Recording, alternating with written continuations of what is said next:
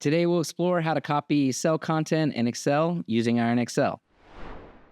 Hey guys, so we're going to cover copying single cells, entire rows, columns, and even ranges. And we're going to do all this programmatically in C# using the IronXL library. So before we proceed, make sure that you have the IronXL library installed. And if you haven't done so, you can do so really easily with the NuGet package manager.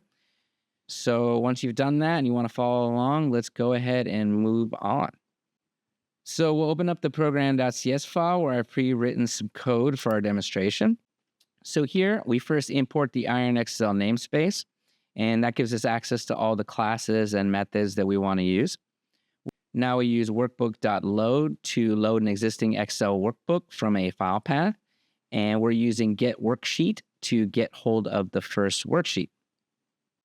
So you can copy a single cell by specifying the cell that you want to copy, like worksheet C10, and then where you want to paste it, in this case B13, on the same worksheet. And it's that easy. To copy a whole column, the syntax is worksheet.getColumn.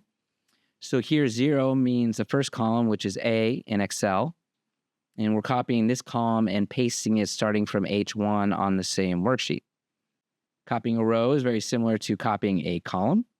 You use the getRow function. GetRow3 here refers to the fourth row, the index starting at 0, remember. And then we're copying this row and pasting it starting at A15. Now for a little bit of a twist, we copy a two-dimensional range. You specify the range like this, worksheet D6 to F8.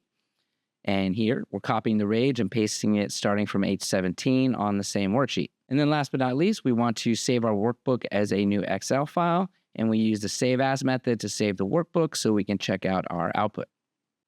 So let's go ahead and run the project. All right, project is run successfully. Let's open up the newly saved Excel file and check out the output. All right, so if you look at cell B13, you'll notice it now contains the same cell data as C10. That was from the original worksheet. So that copied successfully. Let's go to column H, and you'll see this column is now an exact copy of the original column A. So that's copied over starting from cell H1. And then moving on, check out row 15. It should contain the same data as the original fourth row, which we fetched from the getRow3 in our code. And again, it started copying from cell A15, just as specified. And then lastly, look at the range starting from H17.